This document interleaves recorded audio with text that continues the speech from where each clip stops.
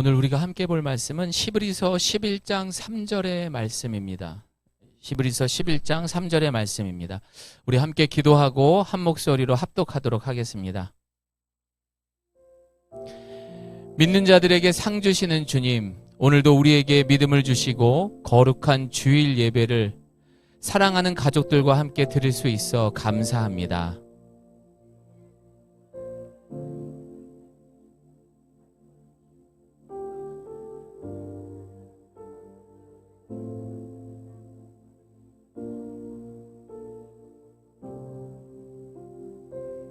성부, 성자, 성령의 하나님, 내 영혼이 주님을 향하여 눈을 뜨기 원합니다.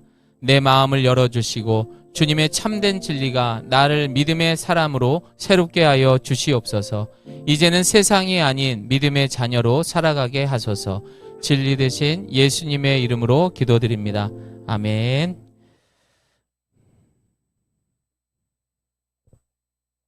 우리 함께 한 목소리로 합독하겠습니다. 시작. 믿음으로 모든 세계가 하나님의 말씀으로 지어진 줄을 우리가 아나니 보이는 것은 나타난 것으로 말미암아 된 것이 아니니라. 아멘. 여러분, 믿음은 보이지 않아요. 하나님도 보이지 않습니다. 그러나 그 믿음은 분명히 우리의 삶 가운데 함께하면서 그 믿음을 통하여서 우리를 구원에 이르게 하고 무엇보다 그 믿음이 사실이라는 것, 보여진다라는 것이 이 성경에 모두 기록된 줄을 믿습니다. 아멘입니까? 좋습니다. 오늘은 우리 가족 모두가 함께 드리는 한 달에 한 번 있는 온 가족 연합 예배로 함께 드립니다. 오늘 우리가 함께 볼 이 믿음에 대해서, 특별히 우리 가족의 믿음에 대해서 함께 말씀을 통해서 지혜를 얻기를 원합니다. 여러분, 믿음은 중요합니다. 믿음은 중요해요. 만약에 선녀야, 가족 안에 믿음이 없으면 어떻게 될까? 엄마를 못 믿어. 아빠를 못 믿어. 사이가 안 좋아져. 좋아. 우리 선녀 아주 좋아. 자, 부부 사이에 안 집사님 믿음이 없어요. 그럼 어떻게 되죠? 못 살죠. 맞아요. 못 살죠. 늘 의심할 수밖에 없죠. 예빈아, 아주 뒤에야, 아주 오랜 뒤, 20대도 안 돼, 30살 넘어서 남자친구가 생겼어. 아주 잠깐. 그런데 그 남자친구하고 믿음이 없어. 그럼 어떨까? 맞아요. 남자친구랑 연인 사이에 믿음이 없으면 헤어지게 되죠. 그런데 그 믿음을 갖기 위해서 어떻게 하죠? 선물도 사줘야 되죠. 그리고 밤에 찾아가서 노래도 불러줘야 되죠. 여러 가지 노력을 했겠죠. 그만큼 이 믿음이라는 것은 일상생활에서도, 기독교에서만 믿음이 있는 것이 아니라 우리의 삶 가운데에서도 이 믿음은 중요합니다. 이 믿음이 여러분 한자로 뭔지 아십니까? 믿을 신자에 의지하는 거, 그래서 신뢰라고 말합니다. 그래서 이 믿음은요, 마음의 의지를 말하는 거예요. 여러분, 제가 질문하겠습니다. 신앙생활은 뭐다? 신앙생활은 뭐다? 관계. 역시 우리 주일학교 친구들 똑똑합니다. 여러분들은 이 대답을 잘했기 때문에 목사님이 1박 2일을 추진할 겁니다. 가을에. 자, 여러분들, 하나님과 우리의 관계에 있어서도 관계라는 것, 신앙생활은 관계라고 말했는데 그곳에 믿음이 없다면은 아무것도 아닌 거예요. 이처럼 믿음은 중요합니다. 그런데 여러분, 이 믿음의 영어로 하면은 트러스트라고 말합니다. 그런데 이 트러스트의 어원을 보게 되면은 독일어로 트로스트라고 그래요. 그런데 그 트러스트의 뜻은 뭐냐면은 바로 평안하다라는 말입니다. 결국 내가 믿는 사람이 있다라면은 그 안에 평안함도 함께 공존하는 거예요. 그냥 우리 가족 별 문제 없어. 우리 자녀와 문제, 그냥 그래. 근데 애들을 내보내보면 불안한 거야. 늘 뭔가가 어떻게 하지? 잘할 수 있을까? 걱정이 되는 거죠. 여러분, 걱정이 불안이고 불안이 걱정인 거예요. 죄송하지만 그렇다면 믿지 못하는 거죠. 아이들이 매일같이 그럽니다. 혹시 난 주워온 아이가 아닌가. 마음에 불안함이 있어요. 엄마 아빠가 늘 싸워요. 엄마 아빠의 그런 불안한 모습을 봅니다. 아파하는 모습들을 봅니다. 아이들이 불안하죠. 그래놓고 아이들은 나아가서 나는 엄마 아빠를 믿습니다. 또 부모들도 아유 내 새끼니까 믿어야죠 라고 말하지만 여러분, 그건 믿는 게 아니더라고요. 여러분, 믿음은 중요해요. 저희가 호스피스 사역을 하고 또 이번 주에도 여러분 오전 10시 반에 출발해서 밤 11시 반에 도착을 했어요. 부산에 장례가 있어서 하루 만에 갔다 왔어요. 6시간, 6시간. 정말 장례식도 많고 아픈 분도 너무나 많습니다. 우린 이걸 뭐라고 하냐? 위기라고 합니다. 또 요즘에 보면은 한문철 그 변호사분께서 교통사고 일어나는 거 보면은 예측하고 일어납니까? 그냥 뭐 눈 깜짝할 사이에 뭐 차가 덮쳐오고 지나가던 사람을 치워버리고 우리 가족에서도 또 우리 주변에서도 그런 사건, 사고는 일어납니다. 위기의 순간들. 제가 어제 버스킹이 끝나고 너무 피곤한 거예요. 정말 그 부산 갔다 온 게 너무 피곤한 거예요. 근데 우리 예범이를 보면서 힘을 좀 내봐야지. 그리고 나서 갔어요. 물론 보니까 너무 좋죠. 조리원에 가서. 물론 좋은데 딱 5분. 6분부터 잠이 쏟아지더라고요. 그냥 너무 힘든 것 뿐이에요. 옆에 너무나 예쁜 아기가 있었지만 너무 힘들었어요. 여러분, 결국에 위기의 순간에 오게 되면은요, 사실 가족보다도 나 홀로 그 순간을 견뎌야 합니다. 아파도 내가 아파야 되는 거고 외로워도 내가 견뎌야 하는 게 우리가 사는 인생살이더라고요. 여러분, 제가 재밌는 걸 한번 찾아봤는데 자녀가 부모를 신뢰하잖아요. 그럼 어떻게 하는지 아세요? 아이들은 거짓말을 하지 않는데요. 솔직하게 말한대요. 발 내리세요. 자, 우리 친구들 거짓말 합니까? 그럼 부모를 믿지 못하는 거예요, 지금. 너무 솔직한데? 이거 아닌 것 같은데? 엄마를 너무 믿는 것 같은데? 예. 자, 그리고 아이들은 약속을 지키고, 여러분, 이게 바로 온가족 예배의 장점인 거예요. 아이들의 속마음을 나눌 수가 있어요. 또 아이들은 그런 부모의 모습을 보면서 조금씩 책임감을 가지면서 스스로 하는 방법들을 터득하기 시작해요. 그리고 부모님을 존중합니다. 처음에는 철없이 막 그냥 하다가 나중에는 이런 게 부모님이구나 라면서 깨닫기 시작합니다. 그런데 죽을 때까지 그 부모의 은혜는 깨닫지 못한다고 하더라고요. 예. 어쨌든 부모를 존중하게 되고, 그 다음에 아이들이 눈치를 보지 않고 투명하게 행동을 한다고 합니다. 그리고 잘못을 했을 때는 변명을 하는 것이 아니라 도요처럼 바로바로 인정을 합니다. 네, 저 거짓말해요. 이렇게 인정하는 모습을 볼 수가 있습니다.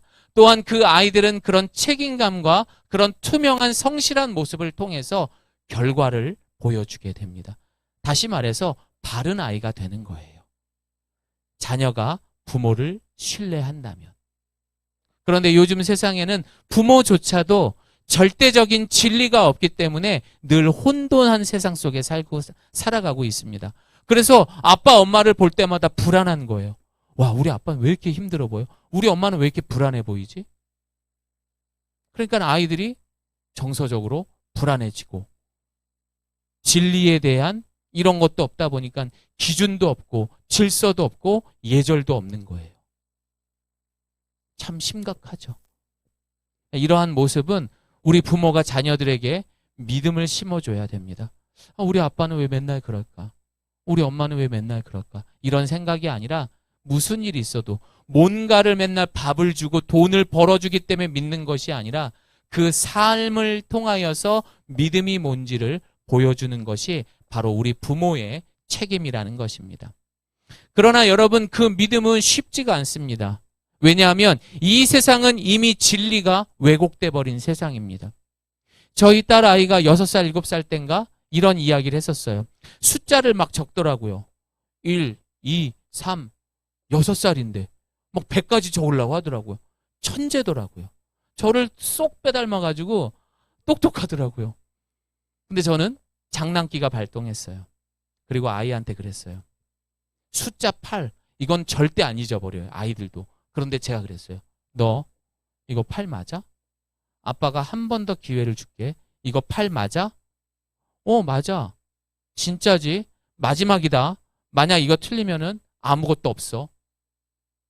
하지만 이게 맞으면은 너에게 한 번의 기회를 줬을 때 맞추면은 아빠가 장난감 사줄 거야. 뭐 이렇게 못된 짓을 제가 했어요. 그랬더니 제 딸이 뭐라고 한지 아세요? 아, 잘못 썼다. 여러분, 이게 세상이에요. 세상도 힘이 계속 지배하면은요, 우리의 시간과 무엇보다 내 인격까지도 모든 것들을 다 왜곡시켜버리는 것이 이 세상의 속성이라는 것을 기억하셔야 돼요. 6살짜리 아이의 모습을 통해서 우리는 우리가 살아가는 그 진리에 대한 것, 또 그 진리에 대한 변하지 않는 진리에 대한 믿음에 대해서도 오늘 이 시간 생각해 볼 필요가 있습니다. 여러분, 우리는 이 작은 휴대폰 안에 속에 많은 정보들을 얻을 수가 있는 너무나 편안한 세상에 살고 있습니다. 아이하고 대화하는 시간보다는 사실상 이 휴대폰을 통하여서 부부끼리 대화하는 시간보다는 이 휴대폰을 보면서 너무나 많은 정보를 얻고자 합니다. 이제는 쇼핑도 안 해요. 다 이 클릭으로 합니다. 이 작은 세상 속에 들어가서 어떻게 합니까? 결국에는 불안과 초조함을 얻게 됩니다. 남들은 이렇게 하더라. 애들은 이렇게 하거나. 저희 주변에 목사님들이 많잖아요. 그런데 한 목사님 아이가 공부를 잘했어요. 그래서 그 지방에 보면은 수학만 전문으로 하는 그런 학교가 있더라고요. 근데 그 학교가 의대를 제일 많이 보내는 학교예요. 그런데 이 아이가 공부를 잘해가지고 초등학생인데 수원까지 끝낸 거예요. 문과 수학, 고등학생들이 하는 문과 수학을 다 끝내고 중학교로 올라간 거예요. 얼마나 똑똑해요. 그런데 그곳에 갔더니 그 아이가 학교를 못 다니겠대요. 왜 그랬더니 걔네들은 이미 고등학교 3년 내내 초등학교 애들이 수학을 끝내고 온 거예요. 그리고 수업 자체도 영어로 수업을 하는 거예요. 그러니까 그러니까 목사님 가정에 뭐 형편이 넉넉하진 않잖아요. 학원 한 번 안 보내고 우리 아이는 천재라고 생각을 했는데 그곳에 갔는데 날고 뛰는 애들이 너무 많은 거죠. 한마디 하시더라고. 공부하기 싫으면 공부시키지 말라고. 강남 강사가 얘기한 거예요. 얘가 잘하는 게 있는데 이런 애들을 여러분들이 어떻게 쫓아가냐 이거죠. 당신네 애들은 공부하기 싫으면 못 쫓아간다는 거예요. 그런 이야기를 하더라고요. 세상에 이렇게 똑똑한 애들이 많은데 걔네들한테 언제까지 영어 수학 가르치면서 강제적으로 하겠냐. 그렇다고 너희들 또 오늘 목사님이 그렇게 말했으니까 공부 안 할래 했다가는 혼난다. 할 건 해야 돼요. 아셨죠? 우리 주일학교 친구들 대답하세요. 알겠죠?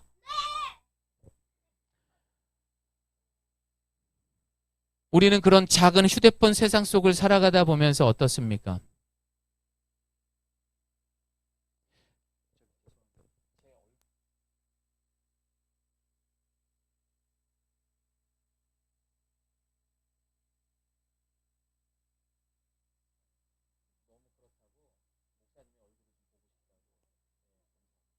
죄송합니다. 자, 여러분, 우리는 그 작은 휴대폰 속에서 보면서 내가 힘겹게 살아가는 그 인생에 열심히 살고 있잖아요. 뭐 안병길 집사님 보니까 막 손목에 막 밴드도 감고 오고 자기 열심히 사는 거예요, 지금. 티 내는 거죠. 농담입니다. 열심히 살고 있어요. 막 보세요. 막 손에 보면 다들 굳은 살 배겨 있고 흉터고 막 이런 게 너무나 많습니다. 우리 성도님들 너무 열심히 살고 있어요. 그런데 그게 정말 맞나? 의심을 하면서 불안함 속에 그 열심을 한다면은 여러분 그거 어떻게 다 짊어지고 가고 있습니까? 그거 얼마나 힘들겠어요. 내가 이렇게 열심히 살아도 안 되는 세상인데 그걸 불안함과 초조 속에 산다면은 여러분 그 삶의 무게를 어떻게 견디겠습니까? 혹시 내가 가는 길이 잘못된 길인가? 오늘도 기사를 보니까 어느 한 그 숙박업소에서 4명의 20대 남자가 동반 자살을 했더라고요. 그 한창 나이에. 계속 일어나고 있습니다. 이런 일들이. 왜? 이분들에게는 사실상 우리 사회는요, 더 이상의 진리가 없기 때문이에요. 진리는 변하는 게 아니에요. 그런데 자기가 믿고 있던 것들이 계속 변하다 보니까 이 젊은 친구들은 헷갈리는 거죠. 그리고 내 능력이 부족하고 그런 열등감 속에 계속해서 비교하다 보니 갈 바를 알지 못하고 결국 선택한 것이 죽음이었던 것입니다.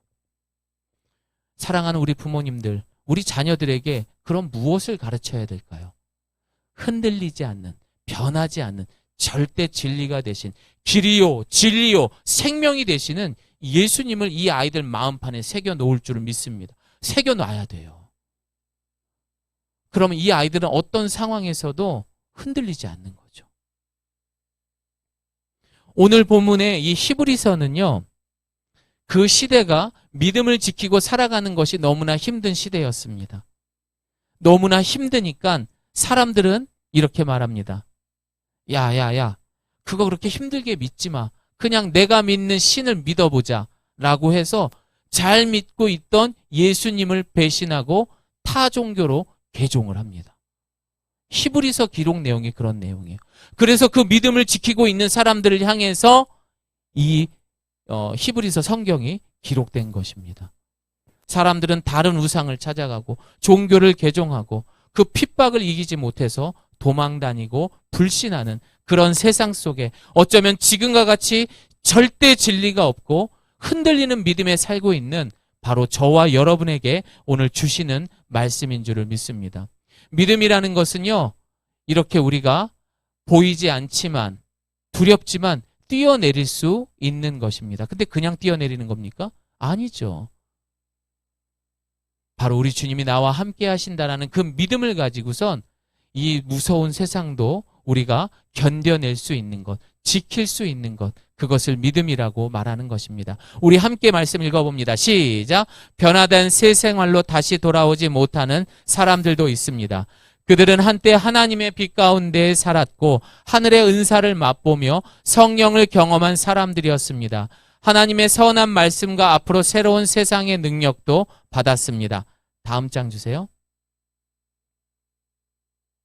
그런데 그들이 그리스도를 떠나버렸습니다. 이들을 다시 돌이킬 수 있는 방법은 없습니다. 왜냐하면 그들은 하나님의 아들을 다시 십자가에 못 박고 사람들 앞에서 욕되게 했기 때문입니다. 신앙 지키는 게 힘든 거예요. 그러니 그 시대에 히브리서를 기록했던 그 당시에 살았던 그 사람들은 저렇게 떠나버렸던 것입니다. 여러분, 지금 우리가 살고 있는 이 시대도요, 기독교를 떠나고 있습니다. 아유, 그 이기적인 사람들, 그 고집쟁이들, 뭐하러 그렇게 힘들게 살아? 우리는 그래서 이 히브리서를 통해서 진리에 대한 믿음, 이것이 우리에게 오늘 필요합니다. 그 믿음이 굳건하다면은 우리의 가정도, 내가 속해 있는 회사도, 또한 무엇보다 이 교회도 아주 탄탄한 조직이 될 줄을 믿습니다. 우리 말씀 읽어봅니다. 시작. 그러므로 훌륭하게 자란 어른이 됩시다. 처음 그리스도에 대해 배웠던 때로 되돌아가서는 안 됩니다. 그때는 죽음에 이르게 하는 행위에서 막 돌아서서 회개하던 때이며 하나님에 대한 신앙의 기초를 닦던 때였습니다. 그러나 아쉽게도 그렇게 개종을 하고 신앙을 버리는 사람들의 특징들이 무엇이냐? 처음 내가 하나님을 만났던 신앙을 예를 들어서 고등학교 때 만났어요. 그런데 20살이 되어도 그 신앙, 30살이 되어도 그 신앙, 40살이 돼도 그 신앙, 50이 되어도 그 신앙. 결국 그거 가져갈까요?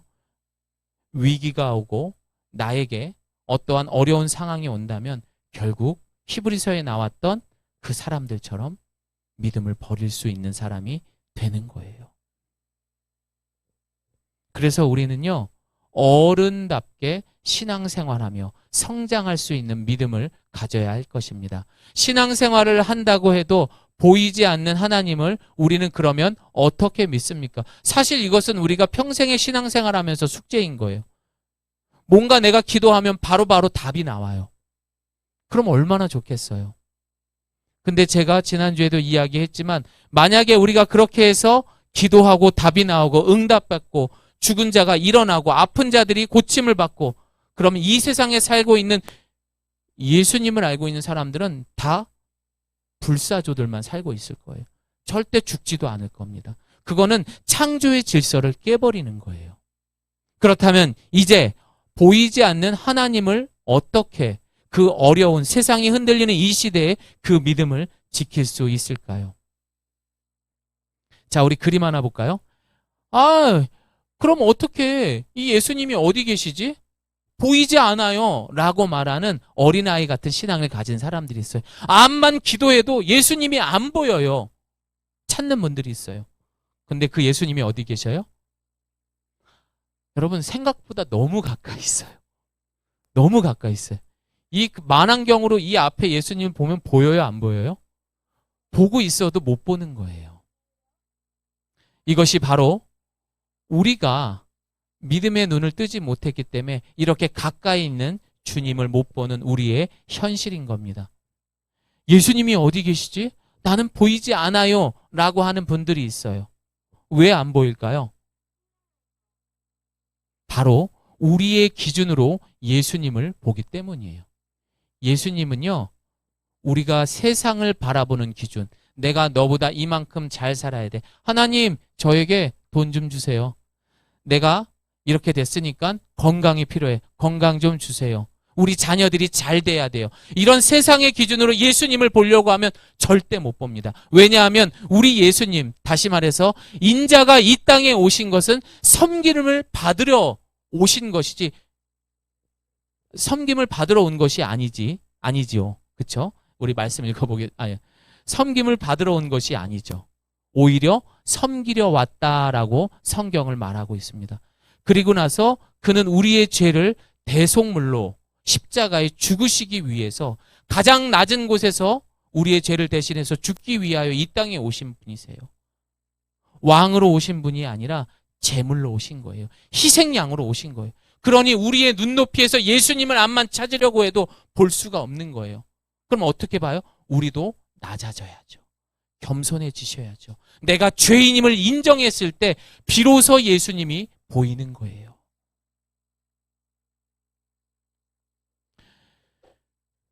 교회에 출석하는 교인들은 너무나 많습니다. 대형 교회에 정말 많은 사람들이 가더라고요. 근데 과연 이분들은 믿음이 있을까라는 생각을 해봅니다. 그냥 교회만 출석하는 사람, 믿음이 없는 사람들은요, 이런 꼬부랑길과 같은 어려운 길을 이렇게 눈 가리고 가는 것과 똑같습니다. 그럼 어떻게 되죠? 눈 감고 가면 어떻게 될까, 승주야? 사고가 나겠죠? 또 어떤 일이 있어요? 길을 잃을 수 있죠. 또 넘어질 수 있죠.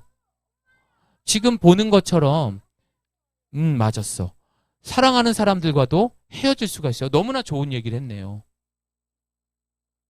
이게 믿음이 없는 거예요. 그러다 보면 이렇게 하다 보면은 하나님과의 관계도 끊어지는 거예요. 계속 넘어지는데 그 하나님이 진짜야? 없는 거 아니야? 의심하는 거죠. 하나님이 어디 있어? 내가 이렇게 됐는데. 그게 바로 믿음이 없는, 눈 가리고 신앙생활하는 사람의 모습인 것입니다. 여러분 상상만 해도 무섭죠? 눈 감고 운전한다면 어떻게 될까요? 야, 이건 진짜 무서운 거죠. 그리고 앞이 보이지 않는 사람의 손을 잡고 장님의 손을 붙잡고 그렇게 해서 끌려간다면 여러분 다 죽는 일이죠. 이게 바로 부모의 역할이고 바로 교회의 목사의 역할인 것입니다.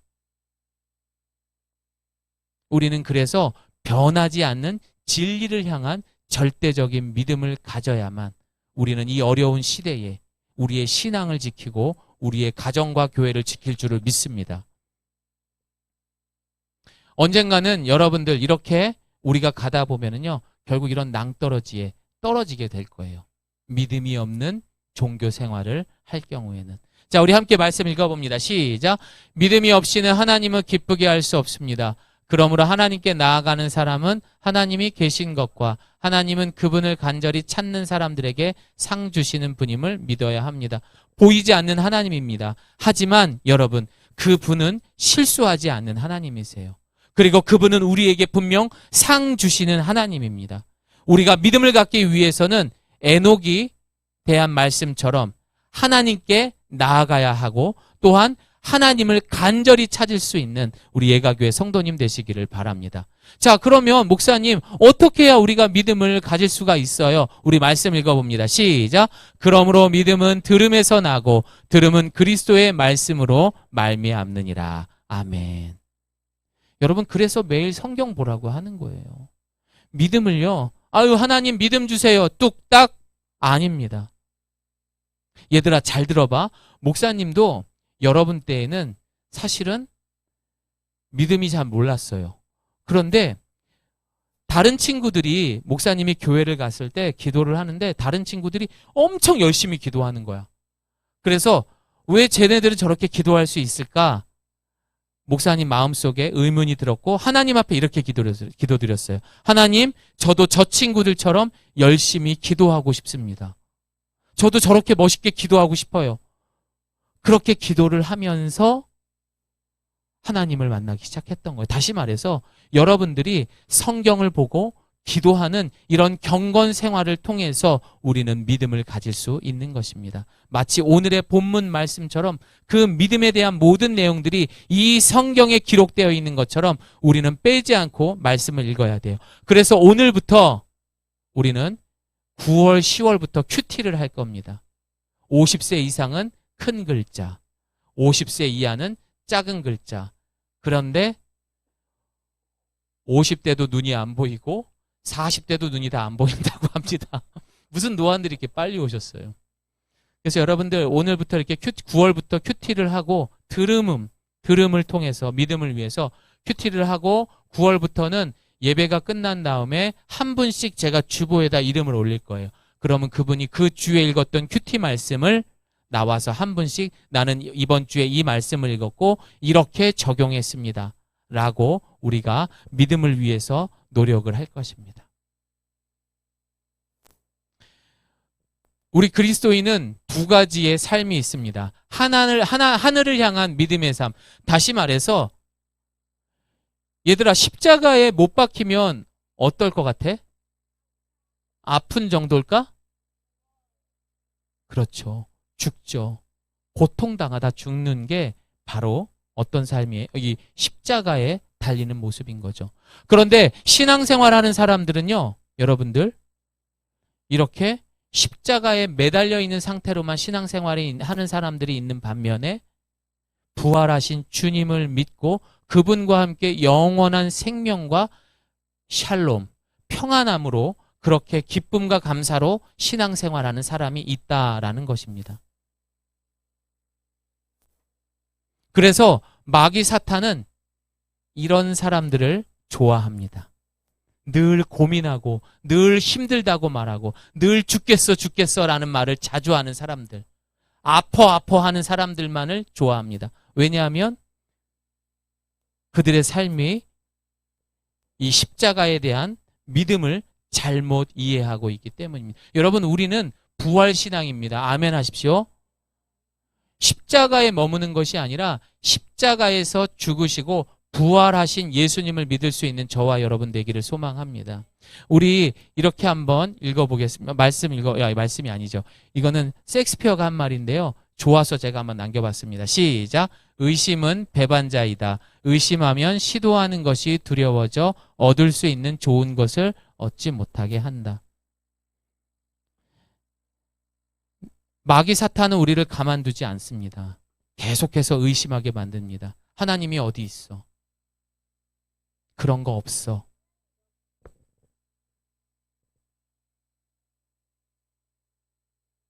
하지만 여러분들이 그 의심하는 순간 이 성경에서 말하는 상 주시는 하나님의 그 상을 놓치는 순간들이 너무 많다라는 것도 꼭 기억하셨으면 좋겠습니다.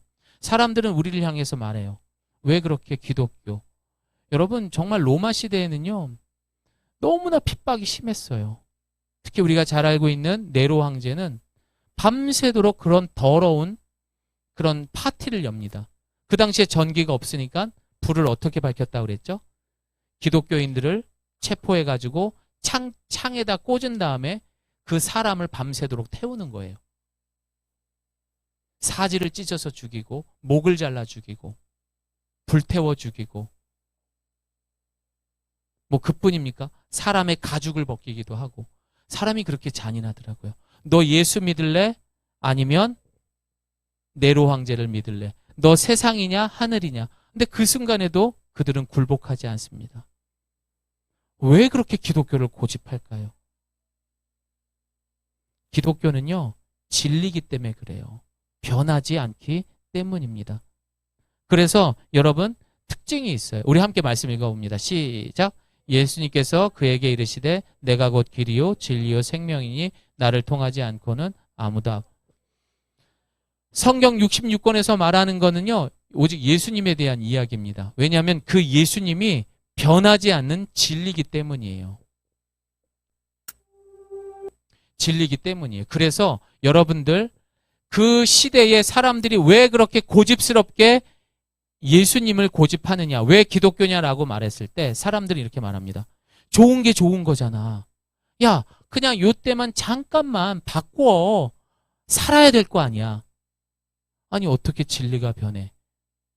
따라합니다. 아닌 건 아니지. 야, 아닌 건 아니지. 그게 무슨 진리야. 그래서 이들은 차라리 죽음을 선택한 거예요. 좋은 게 좋은 거지. 하하하하 웃으면서. 그러면서 진리가 계속 바뀌는 거죠. 그런 부모의 모습을 보게 된 아이들도 똑같이 세상과 타협하고 이게 진리구나 쫓아가고 저게 진리구나 쫓아가고 이게 아니고 실망하고 또 저게 쫓아가니 저게 아니고 실망하고 하다 보면서 아이들은 세상의 노예가 되는 거겠죠. 2000년 전에 예수님께서 십자가에 달리기 전에 빌라도 총독, 유대 땅을 다스리는 그 빌라도 총독에게 예수님이 이제 심판을 받게 됩니다. 우리 함께 읽어봅니다. 시작. 빌라도가 말했습니다. 그러면 네가 왕이란 말이냐? 예수께서 대답하셨습니다. 내 말대로 나는 왕이다. 나는 진리를 증거하려고 태어났으며 진리를 증거하려고 이 세상에 왔다. 누구든지 진리에 속한 사람은 내 말을 듣는다. 빌라도가 물었습니다. 진리가 무엇이냐? 예수님은 자신이 진리라고 말해요. 그런데 그 진리를 듣는 사람은 내 말을 듣는데요. 이 세상 이곳저곳 기웃기웃 좋은 게 좋은 거야 하면서 그 바뀌는 진리를 믿는 사람들은 결코 예수님이 진리라는 것을 들을 수가 없어요. 이 성경의 말을 믿을 수 없다라는 거죠. 여러분 마지막에 빌라도가 뭐라고 합니까? 진리가 무엇이냐? 이게 무슨 뜻인 것 같아요? 비웃는 거예요. 야, 진리가 밥 먹여주냐? 결국 네 신세를 봐봐. 너는 이제 이러다가 십자가에 죽을 거야. 내 말 한마디면 죽는데 네까지 게 무슨 진리야. 지금 이렇게 이야기하는 뉘앙스예요. 여러분 이 땅에서 기독교로 살아난 것 때로는 손해볼 수 있습니다. 어리석어 보일 수 있어요. 고집스러워 보일 수도 있어요. 이기적인 사람으로 보일 수 있어요. 왜요? 진리는 변하지 않으니까. 아닌 건 아니라고 말하기 때문에 왜 그렇게 고집스럽냐라고 들을 수도 있는 거죠. 여러분 더 웃긴 거는 이 재판에 많은 회중들이 있었습니다. 그리고 빌라도 총독은 질문합니다. 자, 여러분 여기 예수와 강도 바라바가 있습니다. 여러분들은 그러면 누구를 풀어주겠습니까? 사람들이 뭐라고 그래요? 바라바를 풀어주시오. 그리고 예수를 못 박으라고 합니다. 왜냐하면 이들에게는 자기를 지배하는 로마가 진리라고 믿었기 때문에 그들은 예수가 더 이상 필요하지 않은 거예요. 좋은 게 좋은 거잖아. 그래서 결국 예수님은 우리의 손에 의해서 십자가에 못 박혀 죽으시게 되는 것입니다. 옛날에 아주 이렇게 못된 소가 있었어요. 열받았소, 건들기만 하소 하는 그런 소가 있었습니다. 그래서 이 주인이 하다못해 이 소를 팔기로 했는데 너무 성질이 들어오니까 이것을 팔 데가 없는 거야. 그런데 어떤 부자가 재미 삼아서 한번 이 소를 길들여보자 해가지고 이 소를 사게 됩니다. 먹을 것도 잘 주고 쓰다마 주고 이렇게 하다 보니까 그 소가 어떻게 됐어요? 늘 즐겁소, 나는 착한 소, 이렇게 소가 변하게 되었습니다. 여러분, 이거를 뭐라고 그러냐면 역설적인 진리라고 말하는 거예요. 아무리 이 이야기가 나온 것은요, 한번 보겠습니다. 성경에도 보면은요, 이런 역설적인 진리가 굉장히 많습니다. 우리 한번 읽어보겠습니다. 시작. 나중된 사람이 먼저 되고 먼저 된 사람이 나중될 것이다. 역설이죠. 자, 또 읽어볼까요? 시작. 누구든지 너희 중에서 큰 사람이 되려는 사람은 누구든지 너희 중에 큰 사람이 되려는 사람은 작은 사람이 되고 작은 자가 되려는 사람은 큰 자가 된다라는 말입니다. 역설이죠. 너희를 섬기는 사람이 돼야 하고 으뜸이 되고자 하는 자는 너희의 종이 되어야 한다라고 말합니다.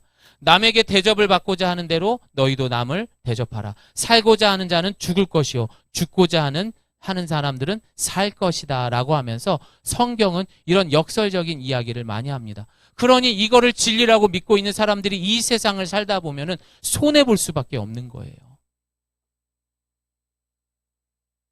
이 땅에 진리가 되신 예수님이 오신 목적은 함께 읽습니다. 시작. 인자가 온 것은 섬김을 받으려 함이 아니라 도리어 섬기려 하고 자기 목숨을 많은 사람의 대속물로 주려 함이니라. 왜냐하면은요, 기독교를 우리가 이제 예수 그리스도를 믿는다라는 삶을 사는 것은요, 인자 되시는 예수님처럼 우리가 낮은 자의 삶을 살아야 하는 것, 누군가에게 희생하고 양보하고 그렇게 살아가는 게 우리 기독교인의 삶인 거예요. 그게 진리인 겁니다. 그러니 세상의 눈으로 우리가 그 예수님을 보게 된다면 절대 볼 수가 없는 거예요. 믿어도 그만, 안 믿어도 그만, 보이지 않는 것을 뭐하러 믿어? 라고 생각할 수밖에 없는 겁니다. 그러나 그 진리가 우리 안에 마음판에 새겨지게 된다면은 우리는 그 진리가 자유하게 만들 것입니다. 연세대학교에 이런 석판이 있어요. 네. 그래서 제가 한번 이렇게 가져왔습니다.